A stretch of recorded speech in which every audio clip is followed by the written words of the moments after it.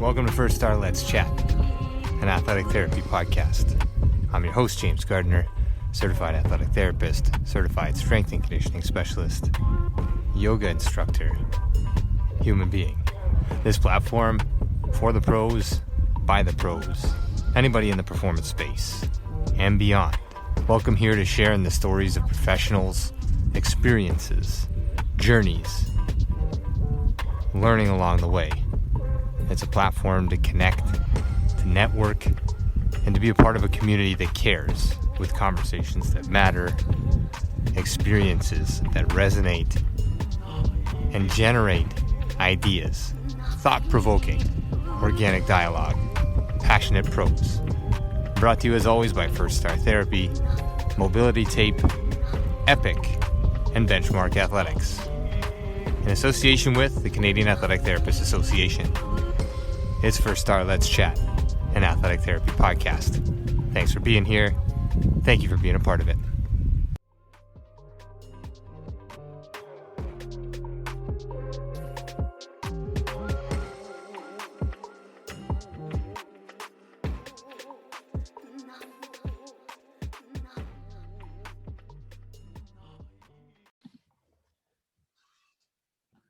She tells me it's being recorded every time. I appreciate that. So here we are. We're being recorded, but this is live. So for those of you that are here live, really appreciate you being here. For everybody picking it up by podcast, appreciate that as well, and sharing this outward. This is going to be without setting it up with too much hype. This is going to be an amazing conversation. We've had Nikos on before.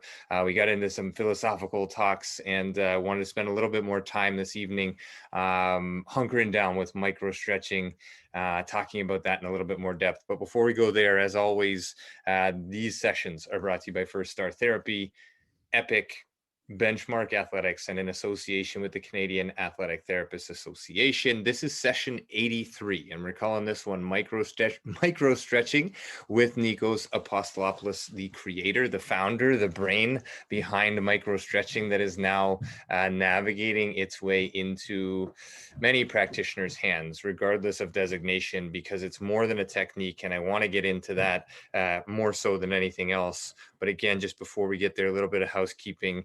It's August 1st, at least in my world and my sense of time.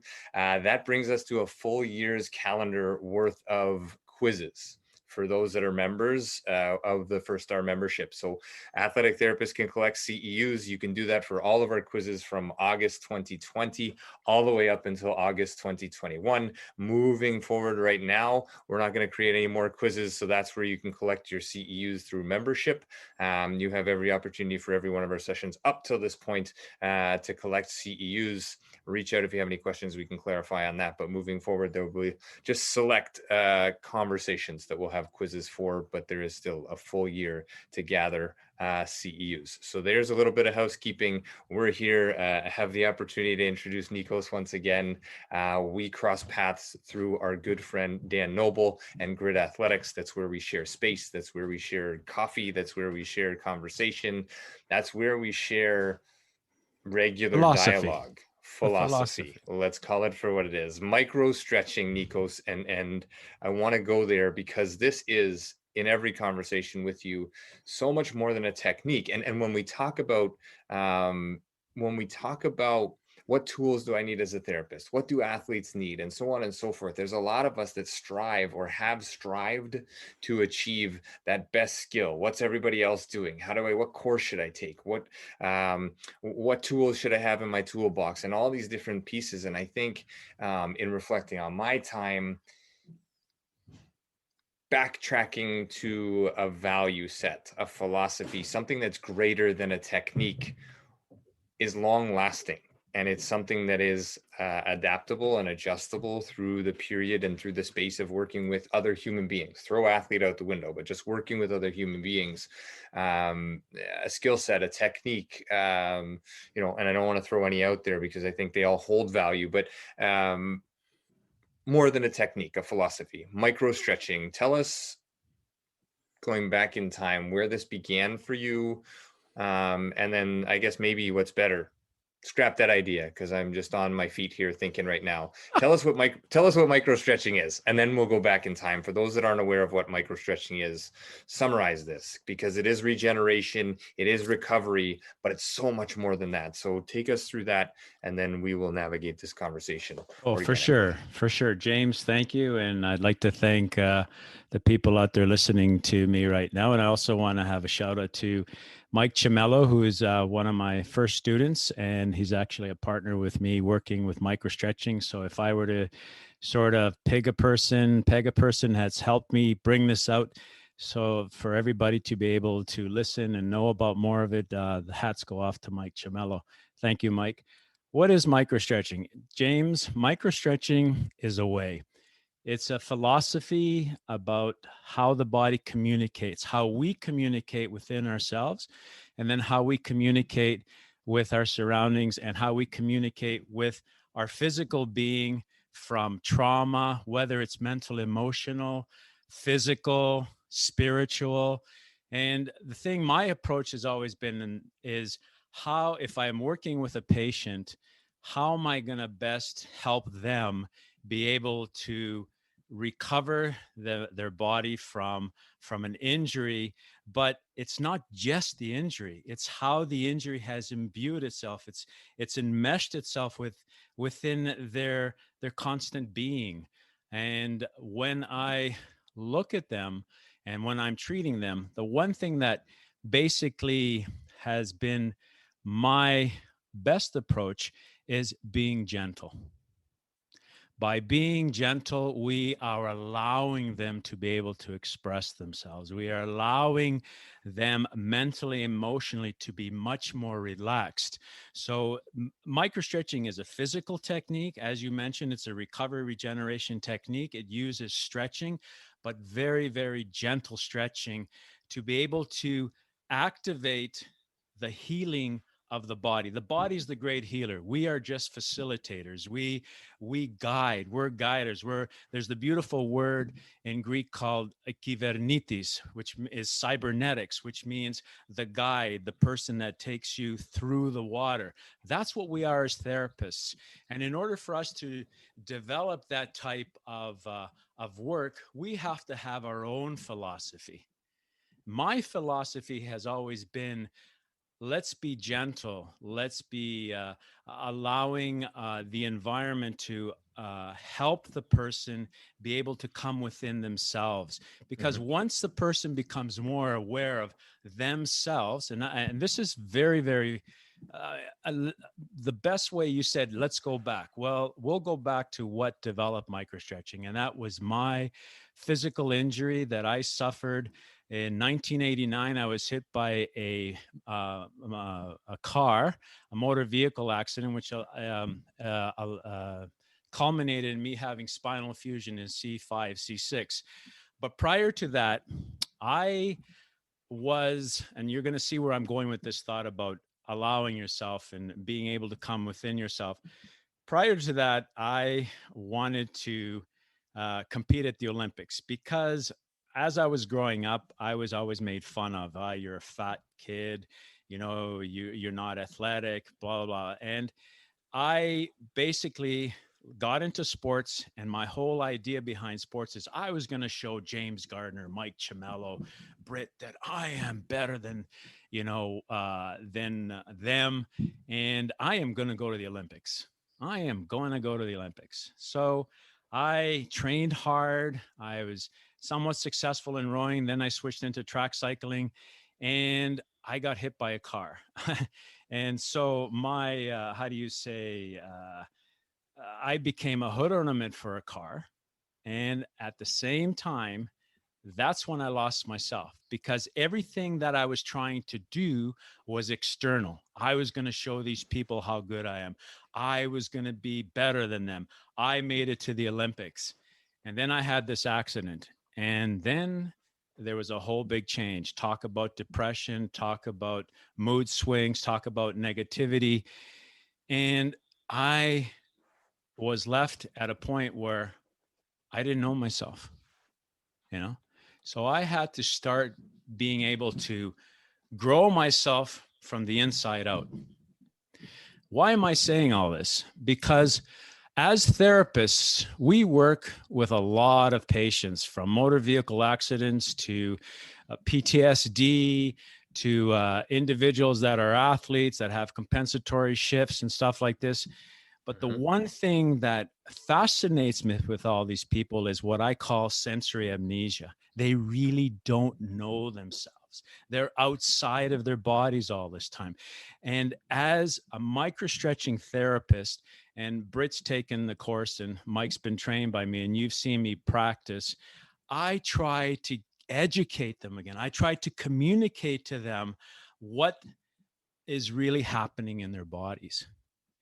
That is a very powerful tool, because a lot of my therapists, or a lot of my patients, when they're being stretched by me, I keep telling them, and this is constant: relax, relax, relax. And they're sort of, they're looking at me kind of funny, saying, but I am relaxed. But I said, look at the tension in your legs. So I'll hold their legs and I'll take my arms away, and they're still supporting their leg up. And I said, you're not really relaxed. And the thing that's very, very important about being able to relax is, once they're able to take out that muscular tension out of their body, they're much more likely to now begin to realize what they need to do for themselves, because that's the key as therapists. We are giving them the tools to take care of themselves, to be better, and in order for that to happen, they have to be, how do you say, grounded within themselves. And this is the philosophy that I believe, that you have to be gentle. And my whole thing has been, I need to be gentle in order to know myself. Right. And that's how it all started. And there's so much. Let me just stop you there for a second, because I think there's so much good here, and I think we can dive into a couple of different pieces of this, and then continue with your story. I mean, if you follow along this path of being somebody who can provide a tool versus a resolution versus, the thing that somebody else needs to get better. If you can provide the tool, we don't have to go too far to find different people that are doing these things. And for those that are out there that don't know Nikos as of yet, or don't know microstretching as of yet, go visit microstretching.com, because there's a lot of information there, and there's a lot of things you can pick up on, and more to come in this conversation, certainly, and beyond, because Nikos is extremely, and Mike, extremely accessible and willing to talk about this angle of things. And more than an angle, again, it's a philosophy. It's more than a technique. It's more than an approach. It starts as a foundation to all of the other pieces. And Dr. Joe Dispenza comes to mind as well, who's a chiropractor and has written numerous books and has healed himself from the inside out from a similar type accident of a spinal injury and a spinal fusion, and was given every opportunity to have spinal fusion surgery, but turned it down and said, I'm a chiropractor. I know what that entails. I'm not ready to go down that road just yet. And so here is your accessible Joe Dispenza. And I don't mean that as a comparison. I mean that as Nikos is around the corner. You can pick up the phone and call him and say, here we go. Like, I would love to talk technique and chat. You can find him through me. You can find him through the website, through, Instagram and all these pieces, because sometimes it's like, how would I ever talk to Tony Robbins? That guy's too busy, he's too whatever, and so on and so forth. This technique, this philosophy, this approach that you have developed is something that therapists need, I think, in my first and second year of understanding, as opposed to my 15th and 16th year of understanding, because it is truly foundational, and it will flip a lot of the standard angles and approaches to care on their head. And I think it really brings a lot of the other pieces together. And so I don't mean to jump in there, but I just think when we talk, like, where you're coming from and how this works, like, you're on the gym floor the same as I am, watching what's going on. You're not saying don't train. You're not saying don't lift hard. You're not saying any of those things. You're saying, let us help you create a more well-rounded internal environment so that you can navigate your external environment. Is that a fair summation? That is correct. I mean, the one thing that, even though this is my philosophy, and this is something that, I developed back in the early 90s, but the one thing that I also want to sort of impress upon you guys, it's an alchemy of science and art and spirituality, because those three things are very important. I want to sort of tell everybody out there that I am a scientist. I have a PhD in muscle physiology and inflammation. So I am and Mike knows this and James knows this from our numerous conversations, that I am evidence-based. If I don't see the research out there, and I'm not saying that anecdotal stuff is garbage. I am not saying that, but I also believe that we need to take something and see if we could research it and give it a foundation, which is what I did with the microstretching technique. I basically went and did my PhD on inflammation. Now, why am I bringing up inflammation? Inflammation is what connects all of us, from mental, emotional stress to physical ailments of the body to even digestion. That's an inflammatory response. And how we communicate, because I believe that the inflammation is a communicative pathway to help us be able to best process our environment. As you get injured, you have an inflammation, and that inflammation is going to prevent you from being able to move until you basically deal on trying to rectify that injury. That's a communication that probably came from an injury from your external environment. And not only that, but a lot of us who have worked with athletes and patients, we know that that physical issue, that physical problem that is inflammation based, actually also brings about a mental, emotional trauma as well. You have a lot of patients that have been injured, that are in chronic pain, and it's not just the physical, it's how that physical has affected their mental, emotional state. And trust me on this one. I've done almost 40,000 treatments since I've developed microstretching, and there are patterns in the body, and how we look at those patterns, how we best take those patterns and try to change them, but change them consciously, because that's the key. We have to bring a conscious approach when we're working with our patients. Now, the thing is, and James and I have had this talk. In fact, I was with James yesterday. We were doing some yoga out at Withrow Park. So hopefully James can make this a weekly thing. It was really nice. This is the first time I've ever done yoga in my life. I'm telling you, I'm not lying. We'll give it a run.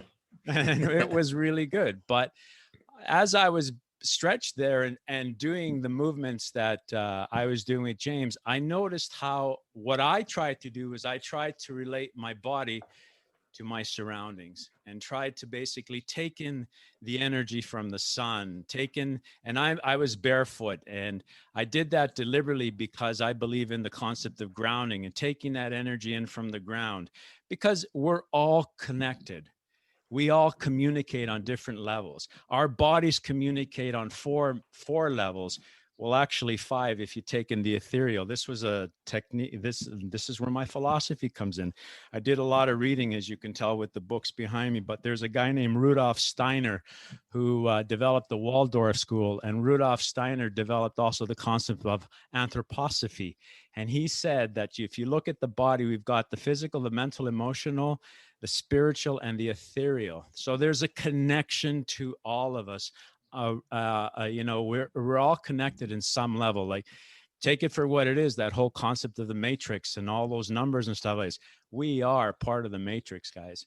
So when we're working with our patients, we as therapists are connecting with them, and we're connecting on so many levels. I know Britt's here listening as well, and Britt and I have talked in the past and about these patients that just suck your energy when you're working with them, that at that level as well.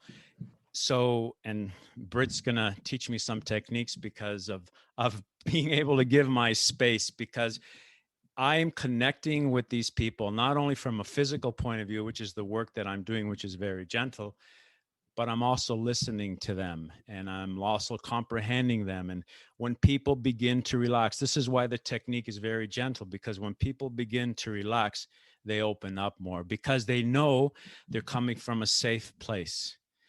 my work, and I'm not saying other work is wrong, but in my work, I've noticed that when I'm being gentle and taking any tension out of the body and allowing these people to really, really relax, they open up. And my God, what comes out of their, within this conversation will blow your mind, and that's very, very important. So based on my work, I've sort of surmised that if I cause my patient more pain and discomfort, they're less likely to relax physically, mentally, and emotionally.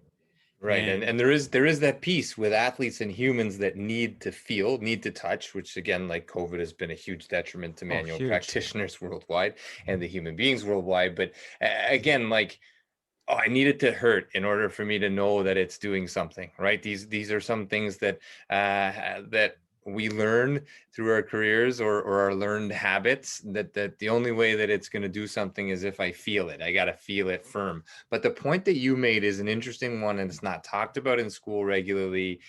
That gentleness, that willingness to be gentle. Not only does it allow them to open up in different ways, it also generates a trust. It generates the trust that he's not going to set me off here. He's not going to cause discomfort here. So you talk about the matrix, you talk about the interconnectedness between mind, body, the ethereal, the spiritual, all these things.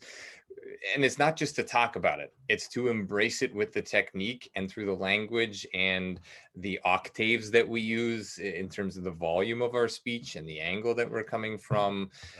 There's so much here. And I think you've touched on it in any number of ways so far, but you're talking about your research and saying, I'm not taking away from anything else. No one here thinks you're taking away from anything else. You're the expert in your experience, and you've created a technique that I feel, I mean, I'm yet to do the course fully, but you have my word, I will, and we're around I know each other you will. enough that that'll happen.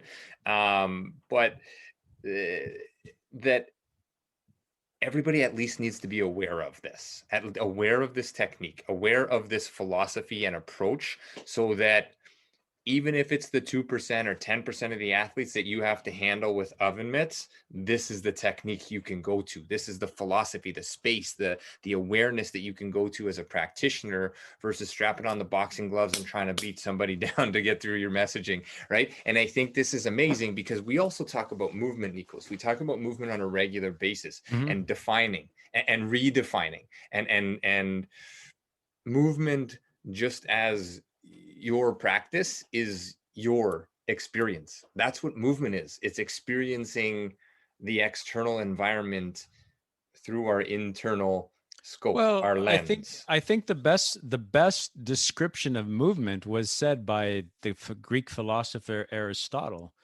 which he basically said, and I quote, "Movement is what is closest to the soul."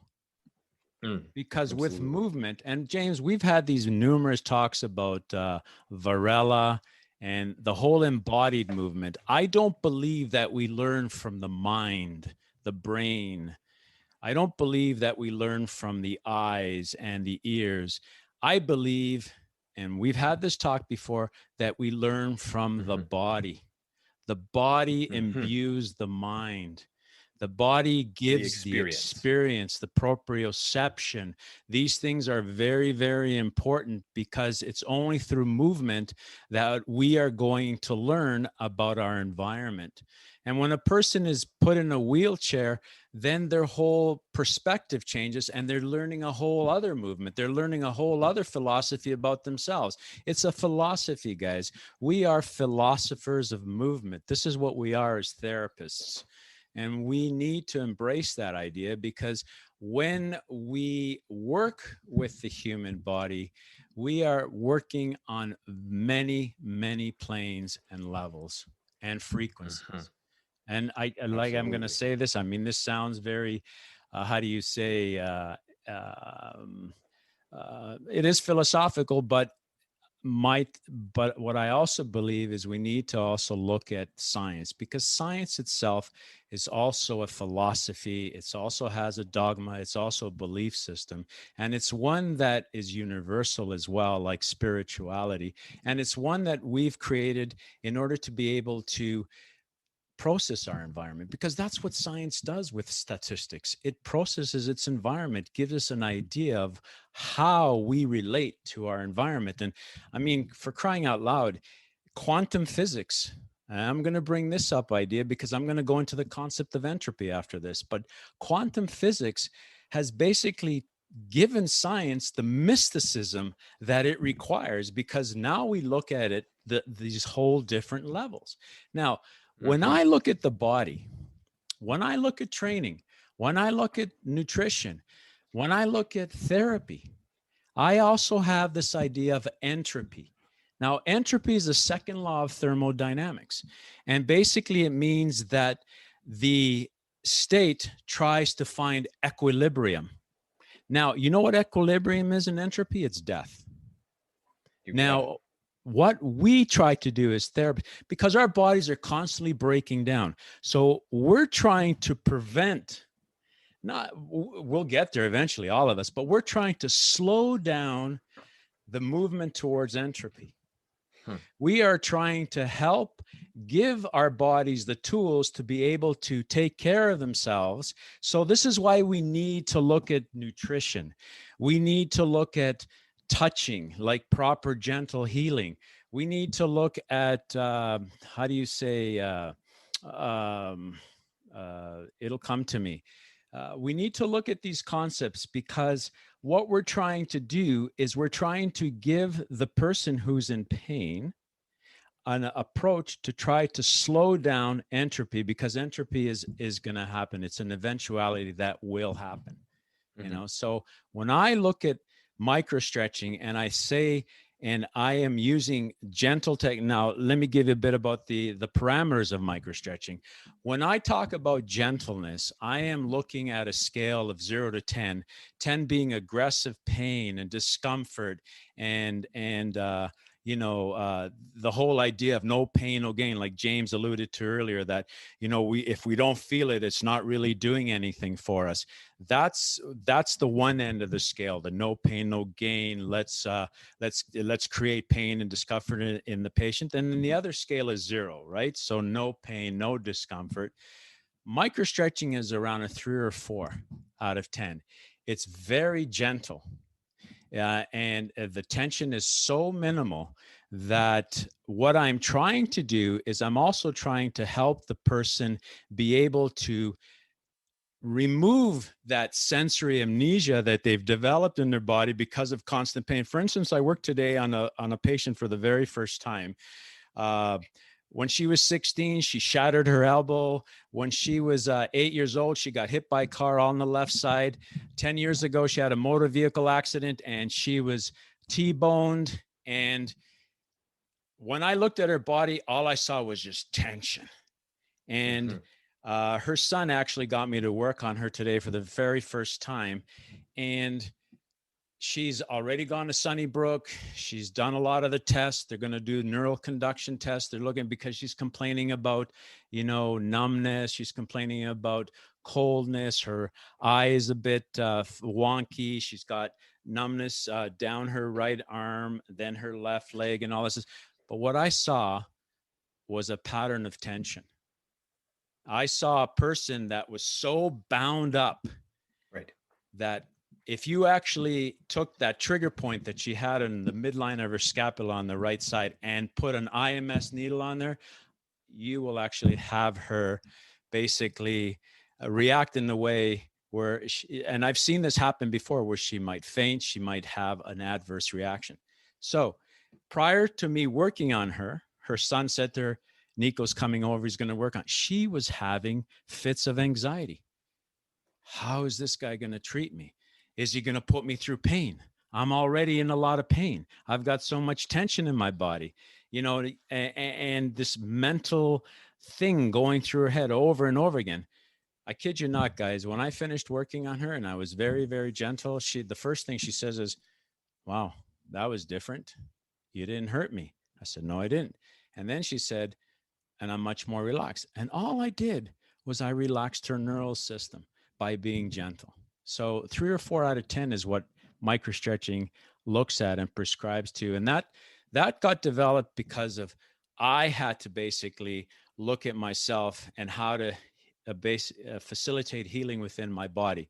And we know if we look at the autonomic nervous system, let's take it back into science.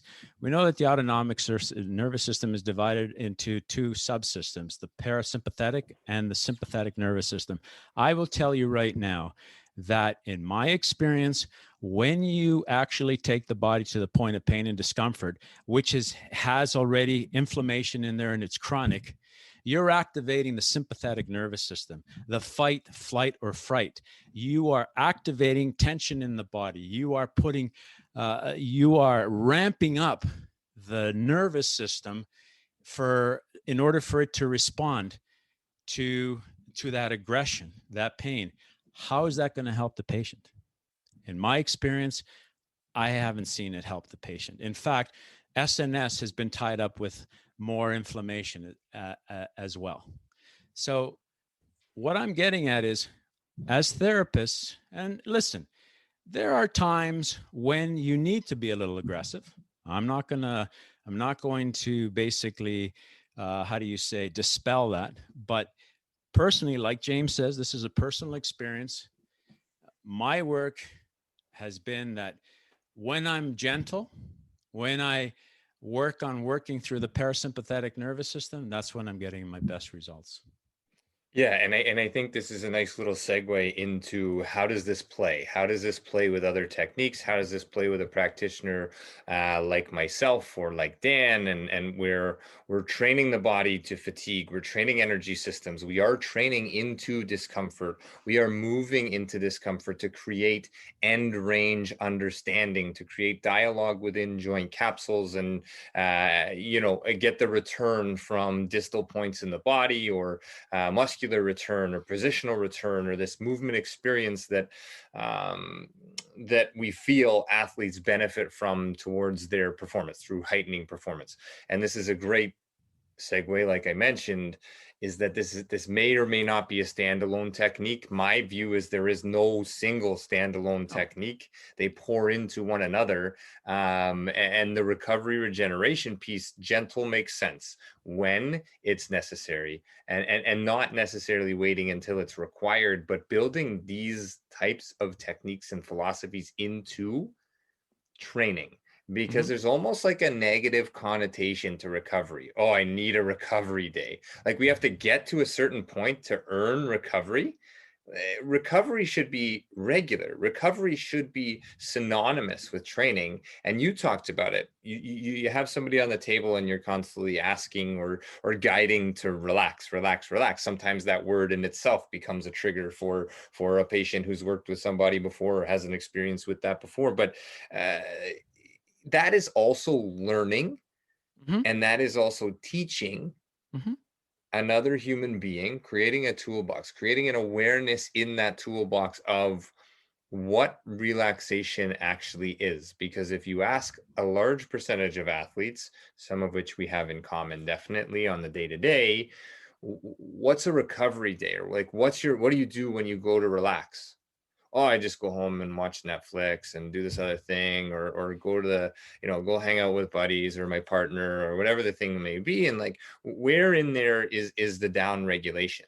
Where in there is the parasympathetic nervous system getting its opportunity to shine and to flourish and to truly be a part of the equation? Well, Right? James, what you and Dan do is amazing work. And what I do is I support that work by down regulating the neural system. You guys amp it up, you take it to its end ranges. I down regulate it, I dampen it, I try to relax it. I try to take the tensions out there so that way we're then be much more likely to change the pattern that you and Dan are trying to develop in those bodies. By my work, I work bilaterally. I just don't work on the one side. I work on both sides. I'm working on trying to give back balance and equilibrium to the whole body to basically take what you and Dan have done and allow that body to come back into its new homeostasis. Because a lot of athletes, take it for what it is, are basically traumatized individuals, physical trauma. And I don't mean PTSD, but I'm talking about their bodies have been through the ringer. So we have to now take that body and be able to down regulate it, to be able to give it the ability to relax is the best thing I can say. But not from, like you said, sitting in front of Netflix and watching or binge watching Game of Thrones or whatever it is. Giving the athlete the tools before they go to sleep, because guys, that is the recovery regeneration portion of our body. When people get that deep sleep, that's when the healing happens. The nearest to entropy that we experience or don't experience, right? In that deep sleep, in that sleep state that some are connected, some are not connected, most are not connected to what's going on in that space. And well, and you know what's interesting, James, is that I don't know, the group that we sort of had last time, I remember I said to you guys about Masashi Emoto and about the whole concept of consciousness. And I basically went to look for my books and I couldn't, but I did find today, I thought to myself, okay, I'm going to segue a bit and I'm going to go back to the book itself that I found. And now I want to show you guys what this guy did is he used crystals, water crystals, and then he used intention, which is a very important word. Intention is a very, very important, especially when you work my language. Yeah, intention on how to be able to create the healing within the water crystal self. So this is where I think Zoom sort of lacks the quality, but there are photos here. Now let me find the one which really blew my mind away, and it has to do with the cell phone. And I want to sort of impress upon you guys that electromagnetic energy, the cell phone, and how it affects, according to this guy, the water crystal. And now, I can't even find it. This is bizarre, but I will find it. It's under pressure. It's under pressure right now. Under pressure. Yeah. Oh, here. Heightened. Let me see. While you're looking, no pressure, no time crunch here to find that. For those that are listening and not here live, they won't see the photos anyway, so we can describe them one way or the other. But get to it. An interesting article that you sent my way, the International Journal of Kinesiology and Sports Science.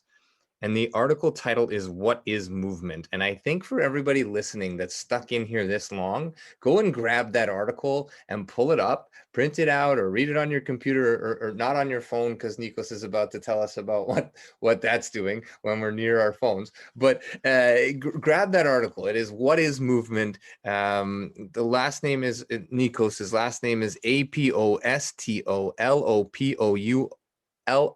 So Apostolopoulos, good luck with that one. But it's "What is Movement" in the International Journal of Kinesiology and Sports Science. A really interesting read, just a quick one to the point, and challenges our way of thinking and brings us back around to that experiential piece, right? When we learn movement as manual practitioners, generally speaking in school, we learn about levers, we learn about lever arms, we learn about biomechanics, we learn about insertion, origin point of muscles, two-dimensional pictures on a sheet. Sometimes we get lucky to have cadaver labs. Sometimes we get computer labs or computer programming that'll highlight the biceps and show us that the biceps is a flexor and a supinator, and it'll show this nice muscle working in isolation. And then I go to a book as you're talking to pull up pictures, and here it is. Like tell me, when we look at the iliacus and its attachment to the medial intermuscular septum of the thigh, that you can separate that muscle and tell me what its function is on its own in isolation. There's absolutely no way that you can take a big brick of tissue and say this muscle does this muscle does that. So I'm pulling from Anatomy Trains and Thomas Myers and all of these pieces. But then we look at a picture like this, and that is a dissected cadaver. All of that tissue from the bottom of the foot to the back of the thigh is connected. Mm-hmm. So Well, therefore, nothing is in isolation. Nothing is no. in isolation, and therefore can't be treated as such either. Well, It can be in chunks, maybe, but in overall the look at movement. Again, take it back to that article, but take it away. Go from there. I just feel what's like really this is funny? a great talking point. Funny, James. I'm telling you this. This is why I like this organic sort of conversation, because then you just mentioned we're all connected. Okay, I don't know how many of you guys are familiar with Rick Hansen. Rick Hansen was man in motion. He was a wheelchair athlete. He actually circumnavigated the globe almost a year or more than a year. And back in 2000, Rick Hansen, 1999 actually, he came to my clinic in Vancouver, because that's where microstretching started in Vancouver. And he was complaining of a left shoulder injury. Okay. And I'm laughing a bit because now I'm using a massage table, but my clinic table in Vancouver, guys, was 4 feet wide, 8 feet long, and 22.5 inches off the ground. It was a sheet of plywood on some really strong 6x6 posts. Why? Because I got on the table with my patients, and it sort of Brit's been exposed to the technique from massage therapy, and Mike as well. But I found that when I was able to get on the table with my patients, I was able to move them in certain positions, which is very important because it's also positional. How you place the body to relax it is half the battle with regards to microstretching. So that brings in the whole concept of stability, balance, and control, which basically means body position and relaxation within that body position to be able to get that proper intensity. Because, guys, it's about intensity. It's not about duration. It's not about frequency. Those are important parameters, but they're quantifiable. Intensity is qualitative. So it's very different for everybody. But the one key that's very important is you have to basically educate. Give the people the tools, the patient, the therapist, the patient, the athlete, the tools to be able to take care of themselves. And that comes through education. Now, getting back to Rick Hansen, why I'm saying this is because when I first started microstretching, it was just 3 mats on the floor. It's the closest I've ever gotten to yoga without even doing yoga. You know, physical yoga. Physical yoga. Thank you. But Rick Hansen came to my clinic. He was wheelchair bound, break at T12, and complaining with a left shoulder injury. And then he said to me, "Hey, Nick." I said, "What is it, Rick?" He goes to me, "Why are you working on my lower body?" Because I said, "Rick, you're still connected." He goes, "What?" "Yeah, you may not have the muscle mass because you don't have the neural impulse into those muscles, but you're still connected. Your ligaments, your tendons, the sinew, which is your muscle, is still connected to your hips, to your thoracolumbar fascia." And I kid you not, guys, that actually got rid of his problem because I was looking at the whole body. I wasn't looking at that one facet. And that's what we have to look at. Remember, I said earlier on, I treat the body bilaterally. I don't focus on the issue at hand. In fact, if a person comes to me and complains that they've got a right knee issue, or let's say they blew out their semimembranosus on the right side, I don't care about that semimembranosus. Britt's heard about this. Mike's heard about it. I'm sure James and I have had this talk before. I don't care about the semimembranosus on the right side.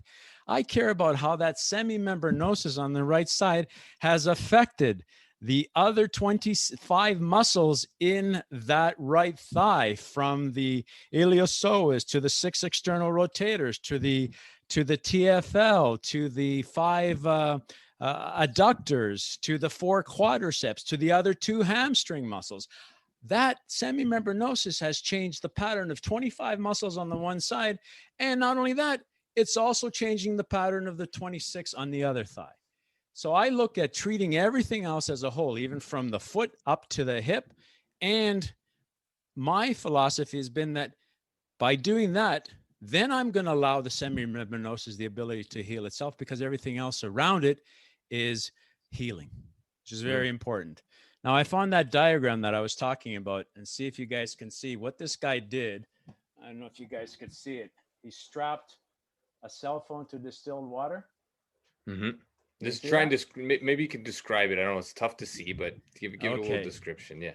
So what he said here is, we put distilled water into a bottle and tied a cellular phone on it with the string. We called the phone 10 times and kept the line on in silence for a minute each time. The result was the picture above. So this is the picture above. Can you guys see that? If not, okay. So then he said, however, the one with the label, all it was intent. They labeled the water bottle with the words love and gratitude, and it formed a real crystal underneath. So that's cellular phone, no intent. That's cellular phone with intent and consciousness. So the whole idea that, and the reason why I bring this up, guys, is because we're 70% water, and that water is alive, and it can be affected by thought. That's another thing that you got to keep in mind. Thought is such a powerful tool. We deal with it a lot with our athletes and patients. We call it placebo. When an athlete believes in something, it is in our best interest, as long as it's not going to kill them, to be able to support that thought, because that thought is intent, and that's what helps them get better. And that organic truth as well. We'll take it one step further. You've done these tests. I ran these tests when I was in Bahamas on a group of teachers, actually working at the school that I was working at, as an entryway to intent and an entryway to digesting one's own truth, is where, we have the full can supraspinatus test. And we do basically a downward force and a downward force, and we check, okay, where am I at in my strength scale? I took one teacher, I asked her how old she was. And then I said, okay, no, you're not, you're 42. So in your mind, I want you to think that you're 42. And I did a strength test, and her arm dropped. I said, okay, now start thinking what your actual age is. And she held it true.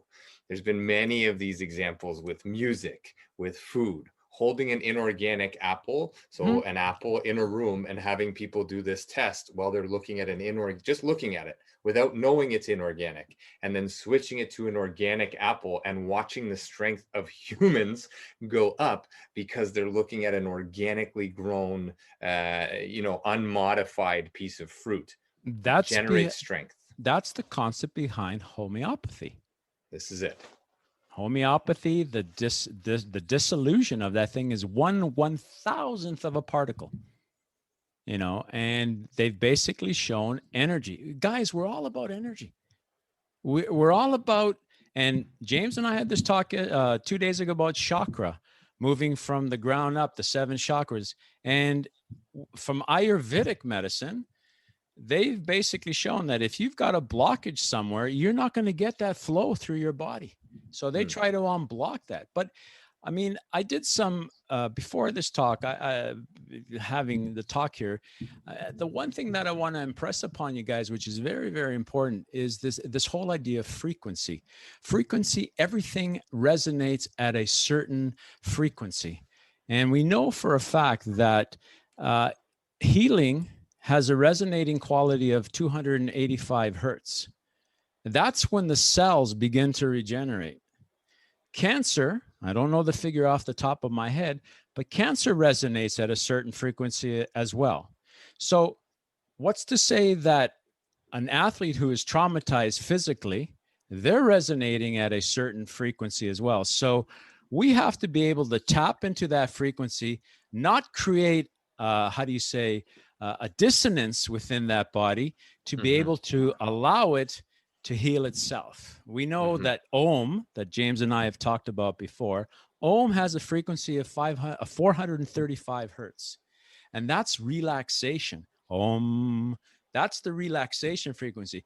Interestingly enough, in my clinic in Vancouver, my ideal clinic in Vancouver, and I'm just saying this to the therapists out there, is I had I never I hate working in clinic rooms that have fluorescent lights above a patient's sight line, Mm-hmm. because those fluorescent bulbs resonate at a frequency. Even though we don't see it, they are resonating at a high frequency, which I think can disturb the neural system, the nervous system, because it's about creating that, how do you say that, the ability to tap into the neural system to be able to heal. Because the neural system, the endocrine system, are all, and the psycho, it's called the psychoneural endocrinological system. It's all one unit, you know, which is, and this is where there's a lot of science that's being looked at that concept itself.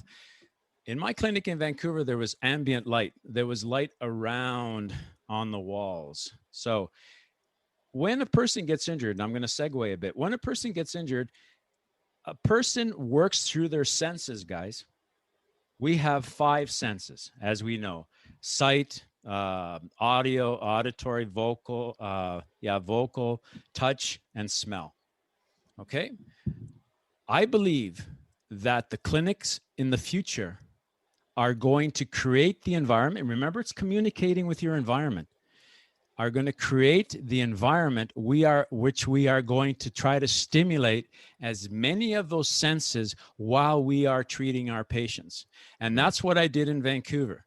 And why am I saying this? Because the visual was the ambient light, the nice surrounding. I'm relaxing their visual field. The auditory, believe it or not, was Baroque music. Why do I say Baroque music? Baroque music has a frequency of 415 hertz. That's just slightly below 432, which is the relaxation. Why Baroque music is so important is it has a periodicity. If you guys want to read a really good book, it's by Hofstadter, called Gödel, Escher, Bach, The Eternal Braid. And he looks at this cycle. Now, I don't know if you guys know the artist Escher, but Escher is an amazing artist who basically, if you look at his work, they just keep you keep going in circles. You keep going in circles. The perspectives that he uses just blows your mind, and you're looking at this thing going, is there no end? So Escher's the artist. Gödel was the mathematician that looked at loops, and Bach was the master musician that, if you look at Bach's music and you basically decompose it to its essence, you've got him working the 8 octave scales, forward, backwards, up 1 octave, lower 1 octave, but it creates this periodicity where the body now is lulled into a relaxation, which is what we're trying to do when we're trying to help the person heal. The smell in my clinic, I actually had, is it called a decanter or something that, yeah, Mm-hmm. I had lavender. Yep. I had lavender. And the touch, what James alluded to earlier on, in Western society, we are touch deprived. I mean, you look at a bunch of guys that come up, they sort of hug each other and they smack each other so hard in the back of their neck. Yeah, this is great. There is no real touch or feeling. And I mean this, not in any creepy way, but we lack that human contact, which is very important. Look at our dogs. Like, I had a dog. I know James has got a couple of dogs. Britt's got a dog. Aaron's got a dog. But look at when you touch that dog in a certain way, how it just melts into you. It craves that connection, guys, because that's what touch is. Touch is a connection, which is very important. And the one thing with microstretching is the actual touch is a gentle connection, which then creates the trust. You take your dog and you beat it. Your dog is going to be very, very, how do you say, cautious, will fear you, because the touch that it relates to what you're doing with it is aggressive. Mm-hmm. Now you take that dog and you show it really loving kindness and stroke it and communicate in a way where your touch is very gentle and inviting. You win its trust. The body's no different. The body behaves the same way. Yeah, it's beautiful, and it's a great capture. And I think we segue sort of to, this isn't a secret. None of No, this is a secret. None of no. this is new. None of this is a technique that oh my gosh, this has been hidden under a carpet and nobody can come and find this. This is a philosophy based in all of those principles, all of those books behind you, all of the books you've recommended today, all of the books that I've taken on through conversation with you. This is something that goes far, far beyond, and nobody, no matter what what study in science shows me that online treatment with other human beings is just as good as in-person manual techniques. I'll never buy that. That's my bias. That's my understanding. And not just because I'm a manual practitioner and have basically given away all of the electrical modalities, save for some acute phase stuff. It's just not. It's just Well, not I the same. mean, This is a sensorial piece of living, of being a human on this planet. well, let's get Britt on. Britt, can you turn on your or you can talk, because Britt took the course. Mm-hmm. And Michael, I'll get Michael to speak too, because we got to remove bias. This is the research study of me. We have to remove the concept of bias. But Sure. when we taught the course on June the 6th that Britt took, and that's thanks through you, James, that you made Britt aware of this, and through our podcast chat, First Start Chat, guys. Before I get onto that, I laughed when I saw the word chat, small c, small h, and then AT, and I go, oh, this guy's good, athletic therapist. I thought, oh, that's good. That was it. Keep pumping the tires. Keep pumping the tires. No, it was true, man. I really liked it. I thought, wow, this is really great. But you're right, James. You can't really teach touch through Zoom. Nope. Yeah. And you can't heal without touch, I don't think either, one way or the other, or coach healing in another individual. So this is an amazing piece that I want to showcase, that I want anybody listening here to be able to turn and say, challenge it, reach out and say, this is BS. I'll string it. Yeah. And absolutely. There's science behind this. There's all kinds of articles. Nikos did his PhD in all of this as well. And like we talked about that in our initial chat of where you did your research and how. So go back in time and listen up on that one. Like, do your research here.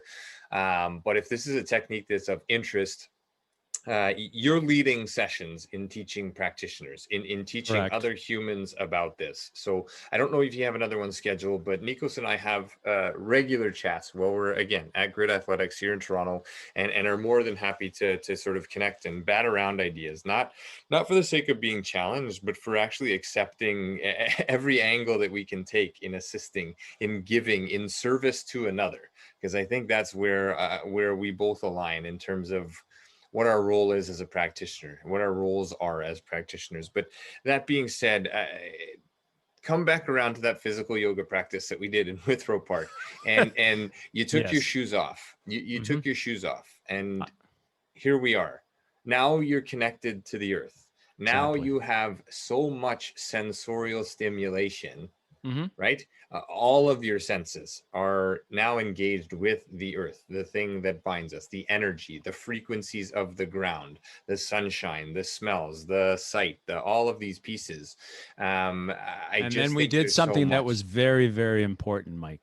I mean, because I saw Mike Chimello. I want Mike to say something later on, but once we finish this conversation, we did something very important, James. We got rid of 90% of the most powerful sense, which is our vision. Sure. We closed our eyes. Absolutely. Guys, I don't know if you're aware, but the moment you close your eyes rotate upwards. That you start seeing half white, half pupils. You know what happens? You are stimulating the alpha brainwave. That is the brainwave of meditation. So when you start closing your eyes, you are allowing the rest of your body to process. Look at people that are visually blind, and the acuity of their hearing is through the roof. Their smell is through the roof. We have become so dominant upon our visual that we actually lose on developing the other two most powerful senses, or three, because touch is a very important sense. Touch, smell, and hearing, and they're very powerful. And a good practitioner, trust me, and I'm sure a lot of you guys, I do it myself, have closed your eyes in order to be able to sense more. So, with the thing that we did yesterday, James, what was very powerful is the moment we closed our eyes, I was able to feel more of my environment because I did not rely on my visual. But more importantly than that, by closing my eyes, my proprioceptive system had to work a little harder. So guess what? We've just found the tie that binds us, and this is it, intent. And how do we coach intent? We allow the athlete, the other human being on the other side of the room, the mom, the dad, the uncle, the sister, throw the title away, the other human being, to experience more of themselves their own way, because it doesn't take much more guidance than just allowing somebody to be safe, to feel comfortable, to feel connected, and to find a little bit more within themselves. And as soon as we begin to understand that that's the foundation for everything else, we are winning as practitioners. I could care less if you come back and see me. If you feel better on the way out and more connected to yourself, we've won. We've won that battle, and this is it. And this is the service to others, and this is the practice. That's the thing. You hit the nail on the head. You hit the nail on the head. And I'm just going to say one thing, and if it's all right for Mike to pipe in, James, that would be great. Yeah. The one thing I will say is that every person that I've worked on, whether it's 9 in the morning, 10 in the morning, 11 in the morning, the one thing they will say to me, guys, is that night was the best sleep they've had. It's interesting. It's really interesting, because these are the same conversations, and I don't begin to have an inkling of the understanding that you do in microstretching. Hopefully, well, definitely, eventually, some part of it. But those techniques that are gentle, those techniques that are parasympathetic driven, those techniques that I've led through mindfulness courses or breathing courses or alternate nostril breathing, where it takes true focus on the thing that you're doing, yet it's gentle, it's non-invasive in nature. Those nights of sleep are immediately impacted. This is what I love about our conversations, because now you hit on another, we can go on tangents right now. We'll go on here for 3 hours if we need to. Listen, I think we'll cut it short. We'll make it regular, but absolutely. Hey, now you hit on another thing. Breath. Why is breath so important in meditation, guys? It's because breathing brings you present.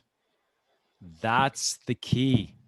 That's the moment we have. That's the eternal moment. It's our presence.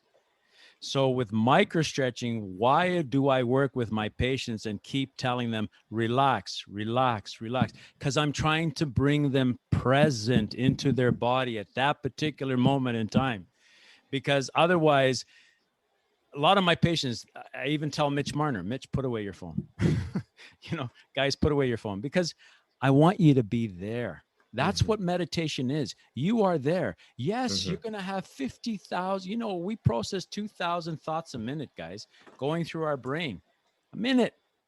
And what they say, because I've done meditation, I've done Zazen, which is Japanese sitting meditation, is, my thought about James Gardner is back again. Okay, see you later. Mike Cimello, he's pissing me off. See you later. Blah, blah, blah. You just pass him on. You pass him on. But breathing, the act of bringing in your breath and exhaling, is a moment of being present. And it's beyond that for me. It's like this epiphany that keeps happening.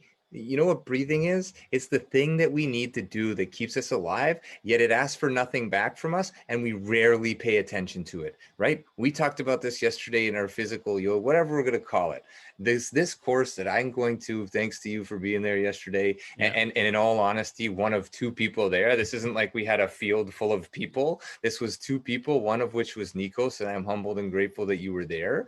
But the title of the course is The Power of Movement and Stillness, and it's going to be a weekly procession at Withrow Park. And anybody who's out there listening, feel free to come by, DM, email, ask for the thing. We'll make it a regular time, a regular venue. And the idea here is to tune in to the thing that keeps us alive, centered, being, intent. It's all of these pieces that drive the needle forward that we all have access to. And maybe I'm in this giddy state of like just realizing this far too late in the game, but I'm going to embrace this because I'm going to continue to live. And for every day that I'm alive, if I can dial into 1 or 2 breaths, I'm 1 or 2 breaths ahead of where I was when I wasn't paying attention to those things. The Tibetan Book of the Dead. Yes, absolutely. Actually, guys, is literally the Tibetan Book of the Living. That's it. Because we know death is on my doorstep. In fact, the Code of the Samurai, which I actually have somewhere, one of the sayings is, my breath is my life and death. Think about it. If you don't breathe, you're going to die. If you breathe, you're going to stay alive. That's the Code of the Samurai. Mike, do you want to say anything? What would you like me to talk about, Nico? No, I don't know. Just say something. It's up to you. Or anyways, it's just your concept of, because we were talking about microstretching and, Yeah, for sure. Well, James, thanks for having Nikos on here and doing this. I've been with Nico for a couple years.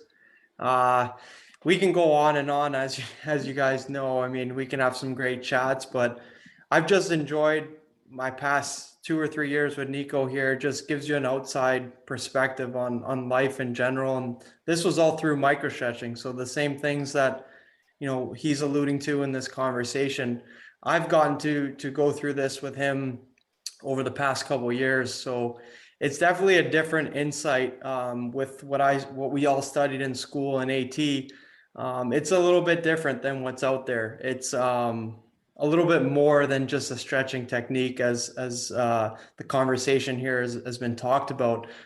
There's a lot more to it, and it's not just another stretching technique that's trying to make way out there. It's a lot more to that, and I've been blessed to be part of trying to build this with Nico, and there's just so much to it. And from my experience, it's just something that was totally different. It's allowed me. I actually saw him when I was an athlete as well, and it just allowed me to connect with my own body, and I felt the same things. And there were so many traditional things that were out there, and I realized that a lot of them didn't work for me, but I had been doing them because everybody was telling me to do them, right? And then I had met Nico, and he totally changed my perception. I mean, one, on life, as you can imagine, the conversations with him, but also in terms of therapy and dealing with your own body. And my body has never felt better since I started working alongside with him, and that's credited to his work. So yeah, it just speaks to his work, and he has such a passion for what he does. And it's been a pleasure to listen to all these things that you guys have talked about. I get to hear them every day. So, but it's just great that, it's a different perspective. It's a different outlook. And if you guys have any questions, like James had mentioned, feel free to reach out. We do have some stuff running, some stuff coming up. So feel free to reach out. If it's just dialogue or just talk, we're always open to talking. Oh, yeah. We're pretty good like that. We love talking. Absolutely, Mike. Appreciate you joining here live, and always welcome to chime in and have your say. And I just think it's just, I don't know. It's not too late. It's never too late. I think the more open we are to different techniques, the more open we are to receive impact in our own world as well. And this is also goes for practitioners, is that, we are constantly evolving for another. And sometimes we lose ourselves in trying to harness techniques or gain credentials or whatever this external validation of keeping my head above water, or whatever the saying is with the Joneses, keeping with the Joneses, these kinds of things. This is a technique that will impact your life as well. And this is where I see the parallel here, Nikos, with you and I.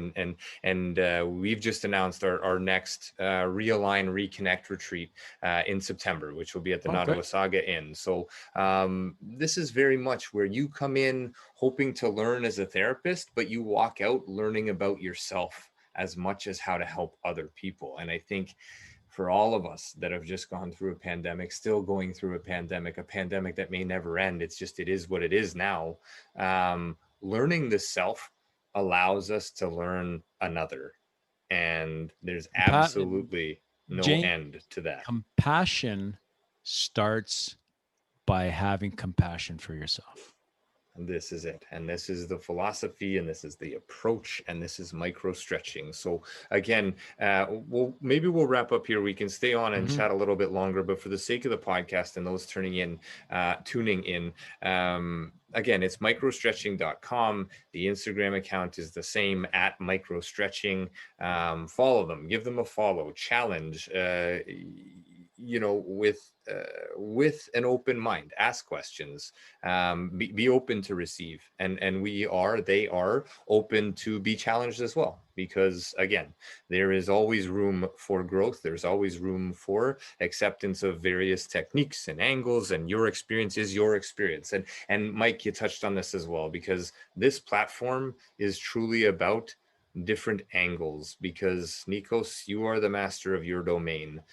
Mike, you're the master of your domain, and we don't all have to align with one another, but when we do, we start to see a lot of different things in a lot of different ways. And I think as a student of life, but correct, as a student, we all are students of life. Students of life. But for students that are in the athletic therapy, physiotherapy, chiropractic, strength and conditioning, whatever realm we're in, this is an eye-opener that there's so much more out there. There's so much more out there than the three jobs we think, that the only three jobs and the only three places that we think we can work, right? Because when you understand a little bit deeper, perhaps a little bit more beyond the sensorial approach to therapy, perhaps a little bit more beyond the credential after our name, who knows? But there is so much more out there, and there's so much application to life, to living, to experiencing, to learning. All of these pieces exemplified here through your expertise, Nikos and Mike, as well, for being here as well. So we'll wrap it up there. If you have dates, feel free to fire them out there, or an email address that you want stuff pouring into, Mike or Nikos. But this is session 83. It's micro-stretching. It's First Star Let's Chat and Athletic Therapy podcast. Brought to you as always by First Star Therapy, Mobility Tape, Epic, Benchmark Athletics, and in association with the Canadian Athletic Therapists Association. Again, quizzes are still available for membership. Those are available from the August 2020 sessions all the way up until this one as we enter August 2021. We're just going to change the format a little bit moving forward as some other things enter the fray here. But truly appreciate you being here, your time, your efforts, this technique that goes so much. I don't even like calling it a technique. This approach, this philosophy. Micro-stretching. Be sure to check them out. Appreciate you being here. Appreciate everybody's time. Tell somebody, talk to somebody, reach out to Mike, reach out to Nikos, reach out to myself. Would love to continue the conversation. And again, lots of roundtables ahead planned for this podcast and various topics, which you'll be a part of. Appreciate it. I'm going to stop recording. Mike, maybe the email address and any dates that you have just before we hang up. Yeah, so the email address is info@microstretching.com. As for dates, we're looking at October of 2021. So the website should be updated within the next couple weeks. Again, we're looking at October for an upcoming workshop in Toronto. Beautiful. So we'll leave it at that. Nikos, we'll let you close this thing out. Thank you so much. And I'll hit stop as soon as you say goodnight. I'd like to thank everybody for listening to this old man rambling on. And thanks for your Sunday evening. And James, thank you very much for everything, for giving me the opportunity to be blessed to be on this podcast with you and the rest of the group. Good night. Good night. Om.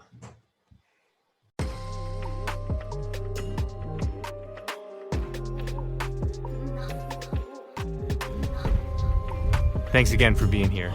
Thanks for listening. Thanks for being a part of this community. Check us out online, firststartherapy.com. That's FIRSTAR therapy.com. Or email us with feedback, consult@firststartherapy.com. CONSULT@firststartherapy.com. On Instagram @firststar.therapy, and our podcast host @letschat.at. This is First Star Let's Chat, an athletic therapy podcast.